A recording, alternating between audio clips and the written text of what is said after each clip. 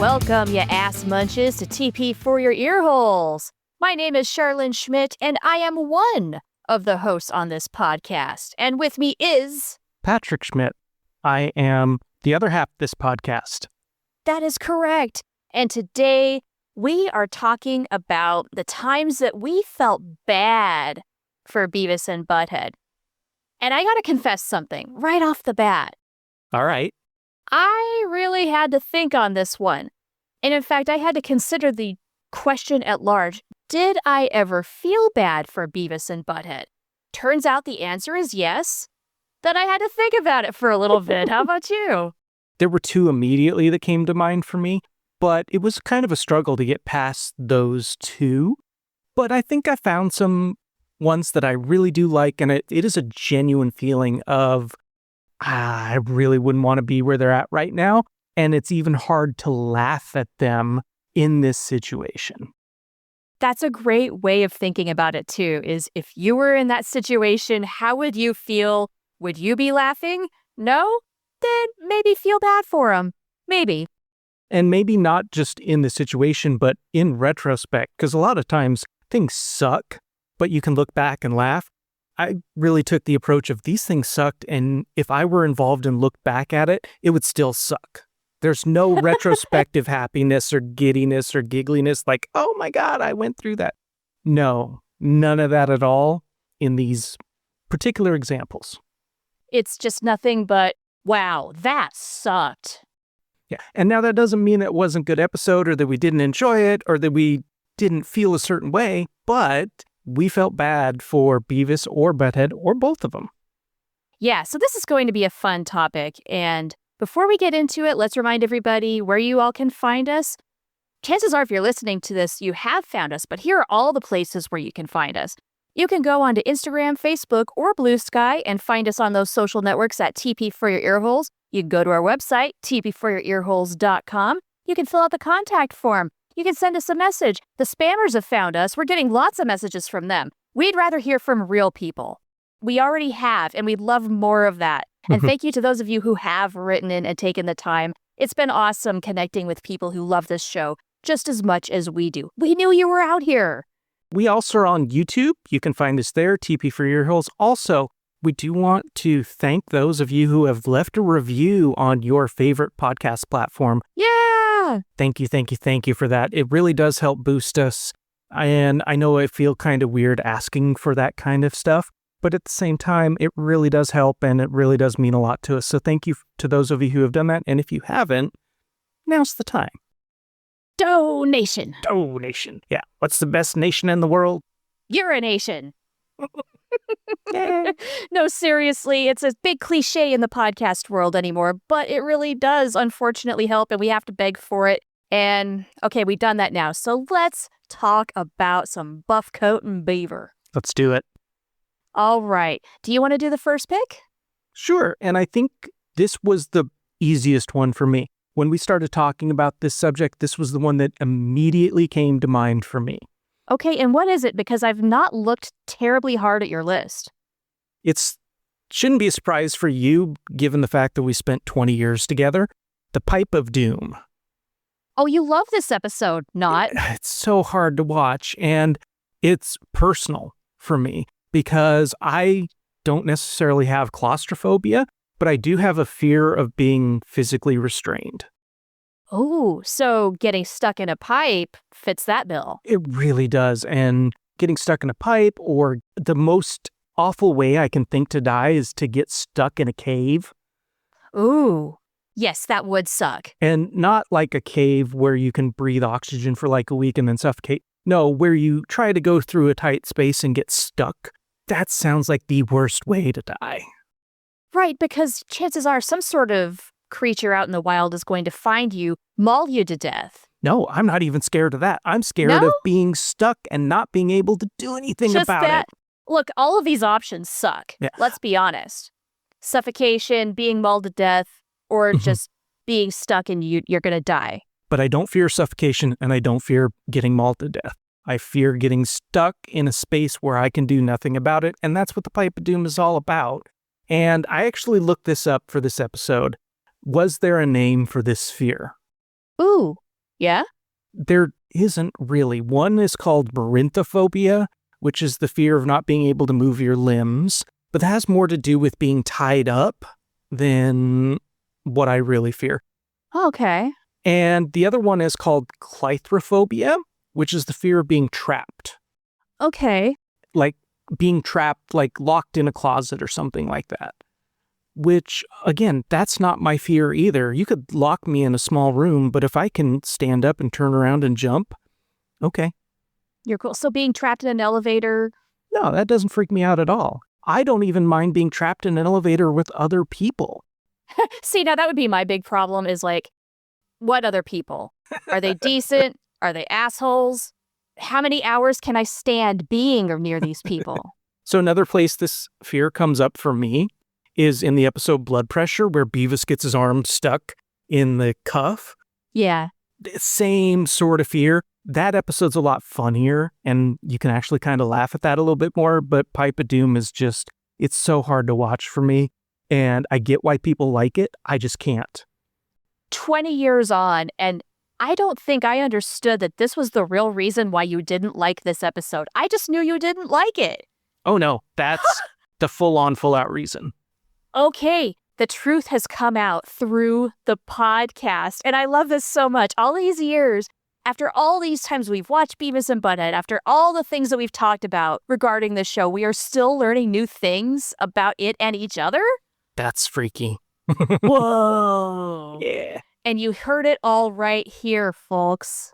You know, we've almost run out of new things to tell each other, but we found one. We found one here. That's pretty sweet.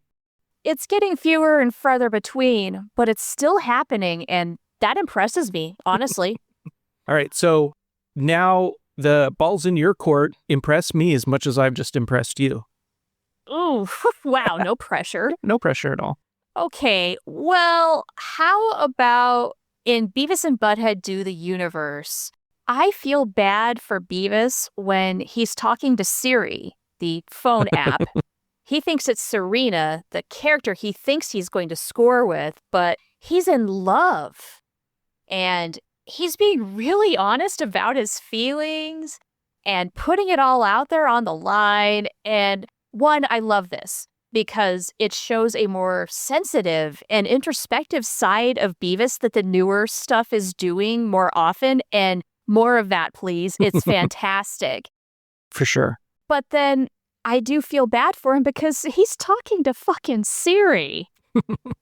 And it was a great through line in that movie. And if you haven't seen Do the Universe yet, do yourself a favor, go watch it. It's really well done. It is worth it. Mm-hmm. Just because it didn't get a theatrical release like Do America does not make it any less than. No, it was really good. And this was a really interesting gag throughout the movie. Now, I didn't feel bad, but it's interesting that you did. And another one of my picks talks about love. So that might be a thread that ties things together here.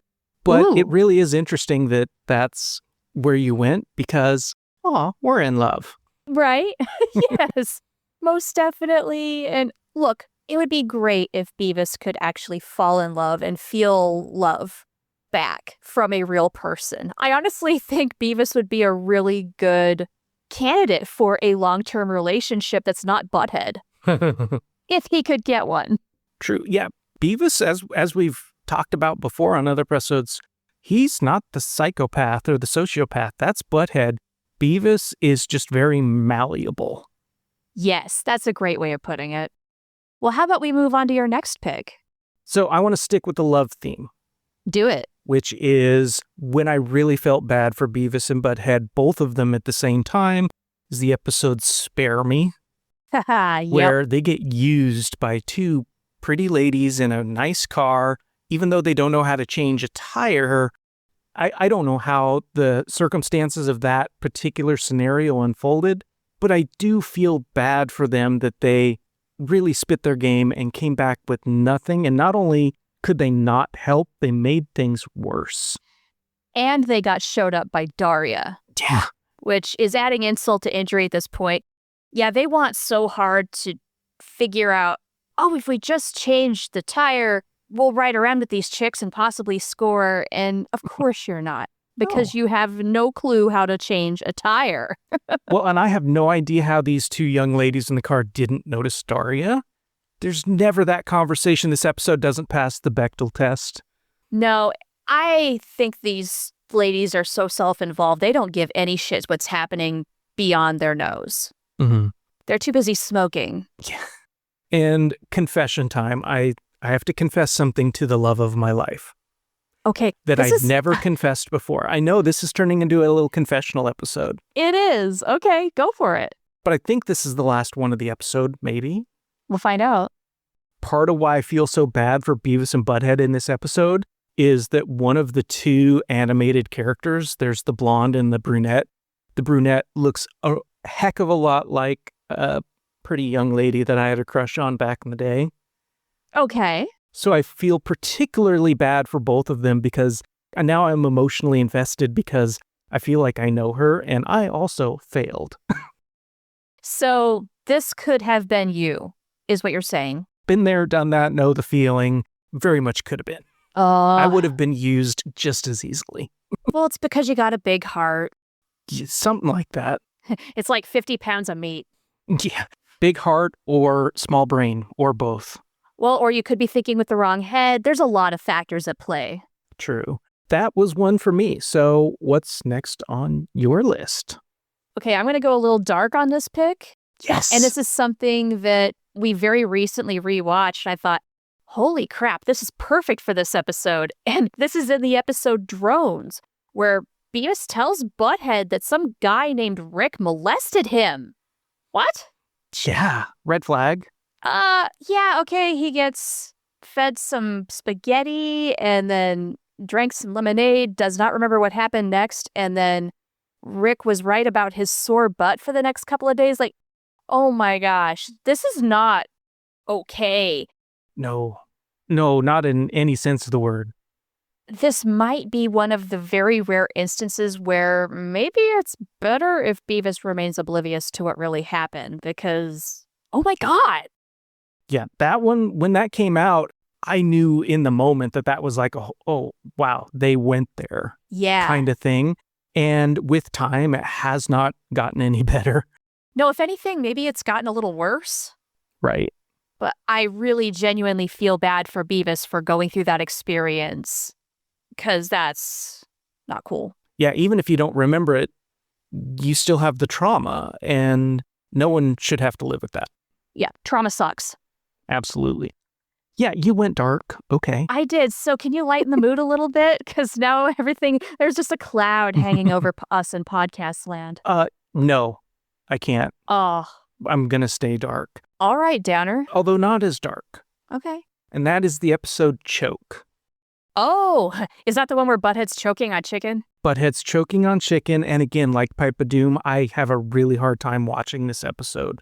Okay. And I've finally figured it out after a few times of watching the episode, what it is that really sets me off about this and really does make me feel bad for Butthead. It's the progressive color change throughout the episode. He gets redder and redder and redder. And like when he's maroon, I want to jump in the TV and save him. I'll lick his rectum. Hell yeah. No way. I'm willing to do that for him at that point. When he's that dark maroon, like, holy shit, man, like somebody save him. And then when he gets resuscitated like that weird kind of like grayish blue color that he is turning is mortifying. It is. The thing that saves it for me is that this is animation. No real person would actually survive this. And so I actually love the color progression just because it somehow manages to get more and more and more extreme. But I do empathize with what you're thinking and feeling as that happens because, damn it, you just want to step on his stomach yourself and get that freaking piece of chicken out of the guy. It's the animation and it's the sounds too. Oh yeah, the raspy. It's so hard to watch and I feel really, really bad because, you know, if he gets to the point where I'll lick his rectum, like, you know, things have really gone haywire. That's dire, dude. So I'm going to turn it over to you now. Can you lighten the mood? No. No, you know what? Let's stick with health things while we're at it. All right. because I feel bad for Butthead. And this is a possible spoiler. This is a newer episode titled Heart Attack. And it's a good thing, again, that Butthead's a cartoon because a real human would not survive what happens here. No. Beavis runs over him how many times? And despite plenty of opportunities to get actual help, there are EMTs nearby. Of course, it's all got to go very wrong, and Butthead is just left there to suffer. It's so weird because this does not generate the same kind of emotional response from me. Oh, interesting. But I see where you're coming from, for sure. Well, you know what I think does it for me is for a while I worked at a coffee shop inside a hospital, and I would see Oh, that's right. people going into the ER suffering from heart attacks. And you know it's a heart attack because they go right in. That's one of the things that has to be addressed immediately. And I just thought, that person could die every time I saw it. Mm-hmm. And so when I see this, I'm thinking, Butthead really could die if he wasn't a cartoon. Yeah, and we don't want Butthead to die, but we also understand he's a cartoon. Right. We don't want him to die because we want more episodes. Yeah. Especially of middle-aged Beavis and Butthead. For sure. I'm loving the crap out of that. That's been a really cool change and a really cool addition. I know we talked about that on another episode, but it's worth repeating. If you are like skipping over those old Beavis and Butthead episodes, No, get your shit together. Go back and watch them now. they're so good. And yeah, welcome change. And even this episode where, yeah, you definitely feel bad for Butthead. I don't know. There's something about the way Beavis responds that just makes it hilarious to me. It's the way he runs over him multiple times on that damn scooter. I mean, I agree with you. Like, say, I see where you're coming from, but it's also one of the differences between us. And that's a good thing. Yeah, which we're showing in spades in this episode. So, audience, I hope you're having as much fun as we are. Well, let's go back to you now. What is your next pick, and can you take us away from health issues now? Kind of. Okay. The episode is part of the 2011 reboot, and it's the episode Massage. Okay. Health adjacent. Beavis and Butthead become massagers. It's their lifelong dream, or at least their day-long dream, to become massagers. And what a catch-22, because the moment they get accepted into this new role by the massage stand manager, here comes Billy Bob. Yeah. I don't know how much this guy weighs, 400 pounds, 450, Yeah. something like that, on his cart. And about as much weight in health issues. Yeah. And what does he say? You don't mind the smell? Yeah. Oh. There's a lot going on with this guy. There's some gout, the Mhm. bone getting eaten alive or what have you. I don't remember exactly what it is. But it's bad. It's all bad. Having to move like the fluid out of his feet and back into his torso. Yes. I felt legitimately bad for them in that moment. And I also was like, I never want to become a massage therapist ever in my life. Like any career dreams I had of that, not that I had any, but they went from like 0.01% to 0% after seeing that episode. You have to think about these kind of things if you're going into a field where you're dealing with other people and, let's say, fluids and bodily functions, anything medical, things like this. If you can't handle it, think of another career. And clearly they can't, and clearly I can't either. That's okay. That's not your job. Yeah. But I felt pretty bad for them that one.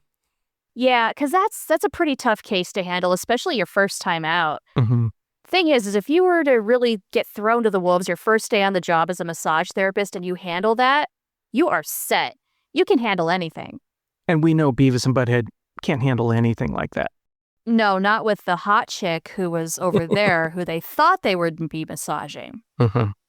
Nah. After that, I would nope out too, honestly. I don't get super grossed out by medical stuff, but at the same time, it's not like I have to handle it on a regular basis either, so maybe it's the difference between seeing and being. I think for me, it's the difference between seeing and smelling. Smell would get to me. You're right. That would be the hard part. Yeah. I think I would need an oxygen mask at all times. Oof. So what's next on your list? How about we stick with the 2011 reboot and go to the episode Holy Cornholio? And I feel bad for Beavis and Butthead in this episode because they don't just have the chance to score here. They have the chance to score with a whole compound of women in the cult if they could have just seen the situation for what it was. But of course they couldn't, and they noped out at the absolute wrong time. Yes. They could have had everything that they ever wanted, basically. They would have been fed, clothed, sheltered, had lots and lots of sex, and maybe Beavis could have even gotten some more of those pain pills eventually. I mean, it's kind of an ideal situation for them, hate to say, and they were too stupid to realize it. So I felt bad for them. Their dreams did not come true. And it is weird. You bring up a really good point, though, that Beavis and Butthead would actually make for really good cult members. Yes, both as leaders and followers. Either way, I think could work for them very well. Now, I think they'd enjoy being leaders more because they could tell everybody what to do. Yeah, true. One more ironic thing about that episode. Yeah. Somehow a pill addiction was a good thing for Beavis. In this respect, yes. I'm confused. Yeah, I am too. I am totally confused. But in this particular scenario, if he could have just had more of those pills, he might have made it to the Great Conception. Right? All he needed was maybe 8 more hours? And instead, who's the cult leader now? Stuart. I have to presume Stuart lost his virginity in that cult. Mm-hmm. Who's the beloved now? I would love to know. That cult may have just fallen apart. Do you think it imploded after they bring Stuart in there and... I think Stuart leaves because he's got to go home. It's true. Well, he can't miss lunch. He can't miss lunch, and his mom and his dad are going to find him. And he can't miss lunch, so he's got to go home. And then there's no leader, there's no beloved. The cult just falls apart.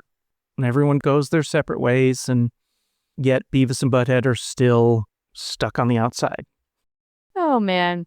It's a sad situation for everybody, but you know what cults usually are. True. This is very true. Okay. What is your next pick, sir? You ever had a sunburn? Oh, of course. Yeah. You ever had a bad sunburn that blistered? Blistered? Oh, maybe a little bit. I tended to not get that bad, but it would peel. No, I'm talking about collected fluid and turned into a blister that was big. No. I'm talking more than a couple inches across. No. Okay. Let me tell you a story. 2005 in Idaho, when I was working there, I went with some friends to a pool. And we ended up staying there all day. I put sunblock on because I am very white. Somehow it must have washed off in the pool. Of course it did, you dip. And I ended up with 2 sunburned feet. That's not a fun place to get a sunburn.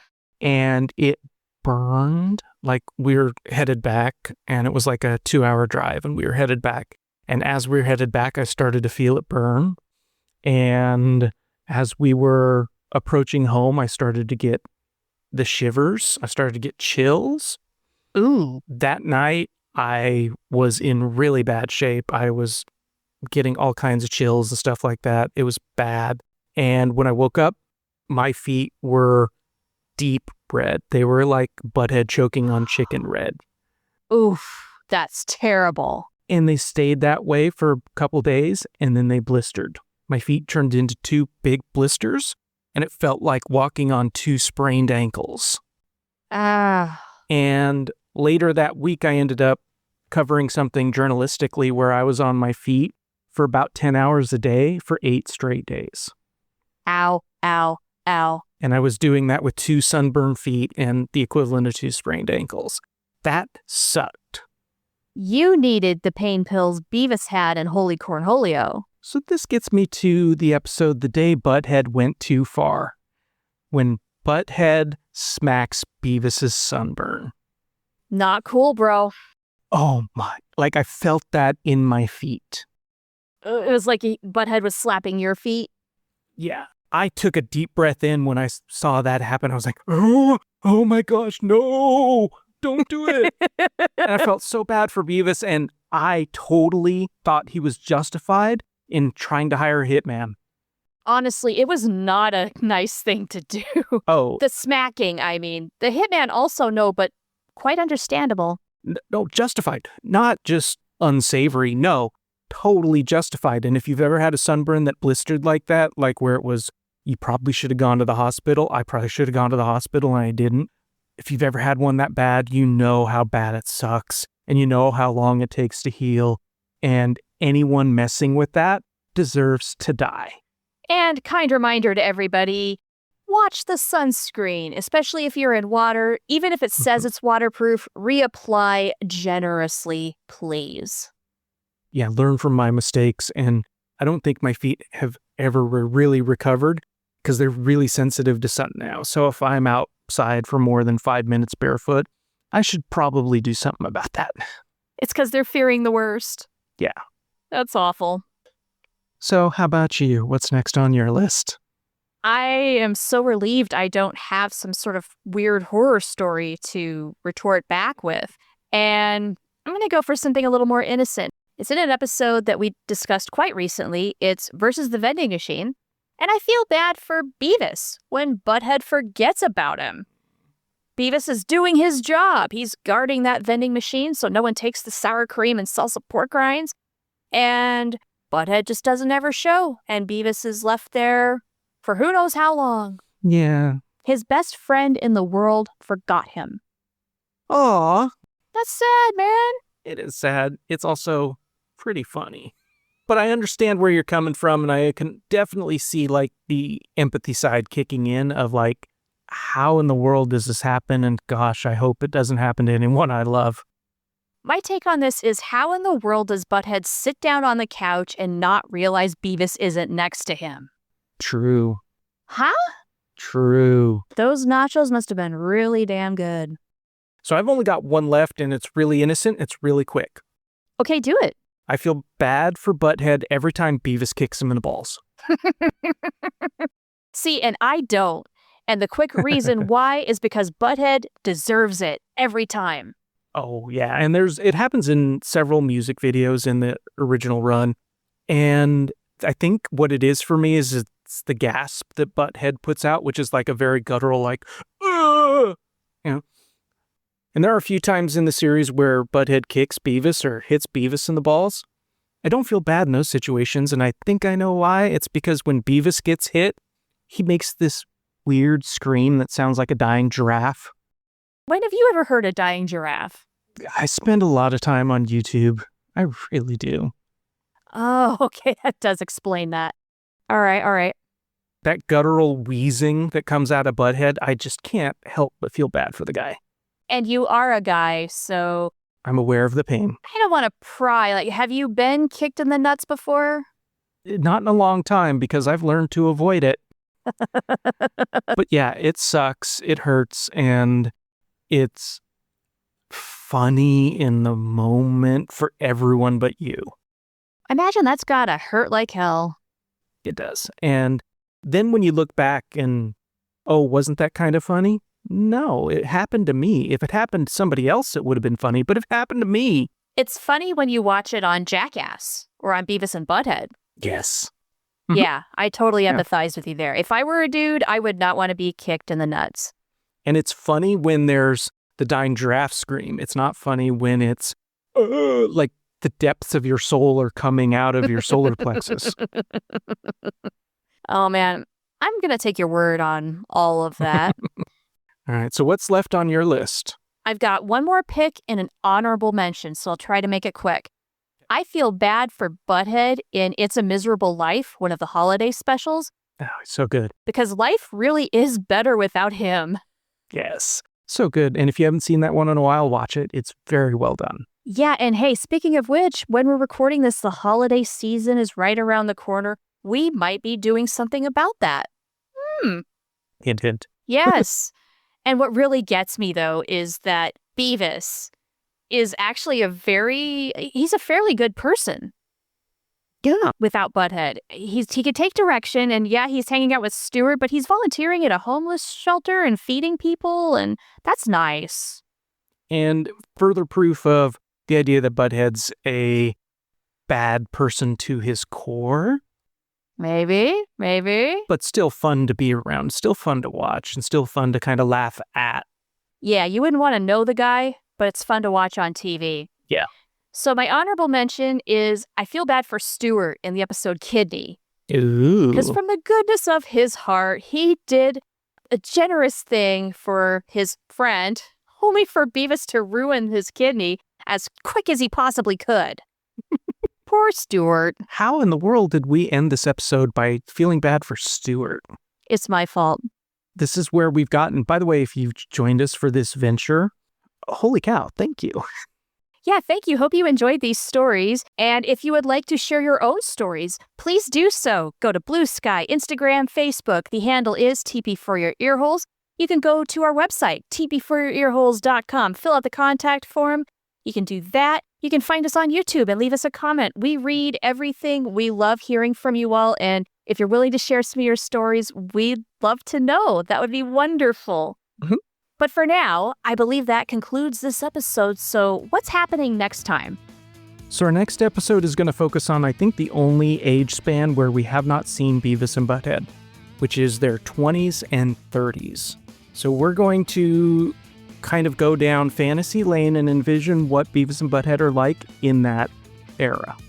Yeah, it's going to be a little bit of a creative exercise. We've got to make it all up, and we'll tell you what we come up with, and you can all tell us if we're right on the money or completely full of it. And with that, thank you to all you Ass Munches out there for joining us. We love you, and we really appreciate you sticking around, and we hope to hear from you.